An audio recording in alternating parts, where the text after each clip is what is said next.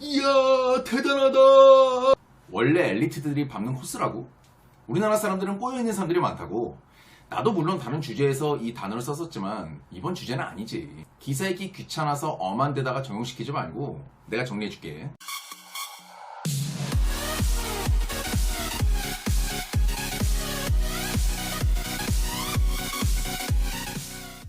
유튜브 친구분들 안녕.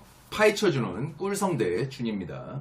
요즘 나라가 아주 시끄럽죠. 바로 조국의 딸 조민양의 사건인데요. 그럼 조국은 누구냐? 정치에 관심 없으신 분들도 이젠 다들 아시죠?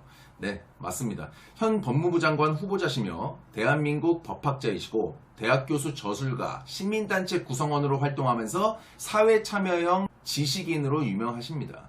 2017년 5월 11일 대한민국의 문재인 정부 초대 민정수석으로 임명되신 대단히 똑똑하시고 정의로움을 외치셨던 분이시죠.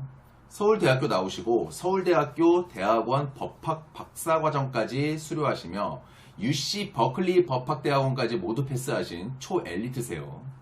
1992년 울산대학교에서 교수 생활을 시작하셨고 2000년 동국대학교 교수를 거쳐 2001년 12월 이후 서울대학교 재직 중이십니다. 정치에 매우 관심이 많고 적극적이신 분이시죠.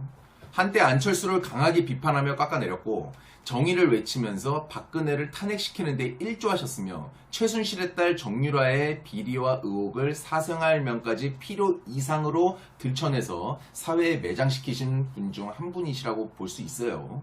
근데 제가 좀 이해가 안 되는 부분이 있어서 이 영상을 올립니다. 얼마 전 청문회가 미뤄지고 기자회견 자리에서 눈시울을 붉히시면서 저를 비판하고 책임을 물어달라. 그 어린 딸은 건드리지 말아달라. 이런 말을 하시죠.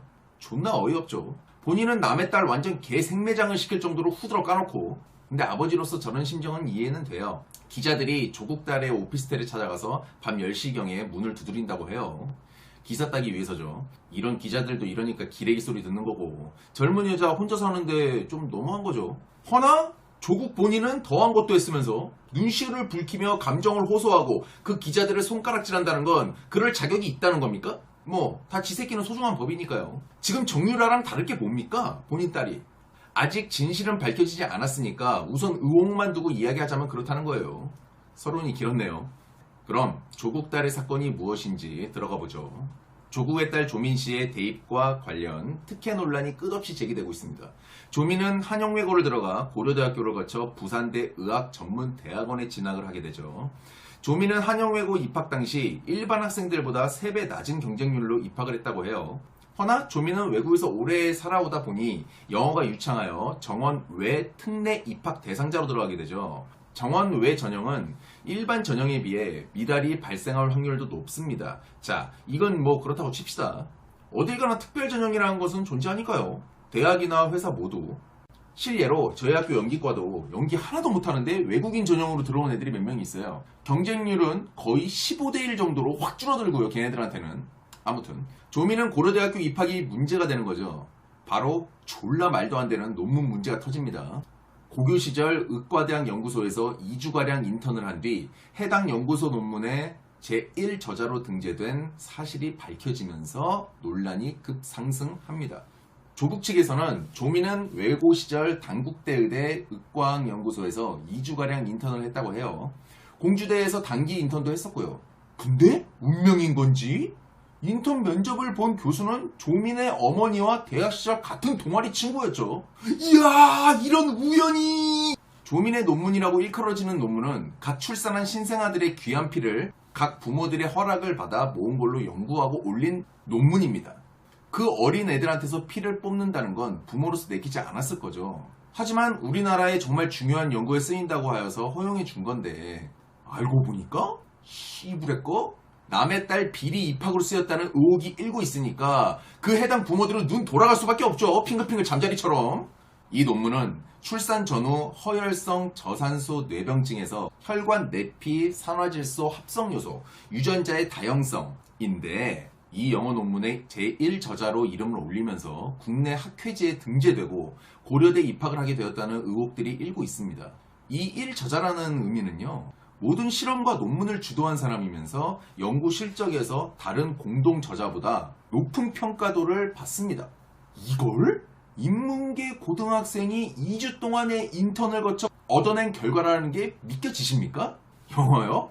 된다고 칩시다. 근데 우리가 한국어 안다고 해서 다 한국어입니까?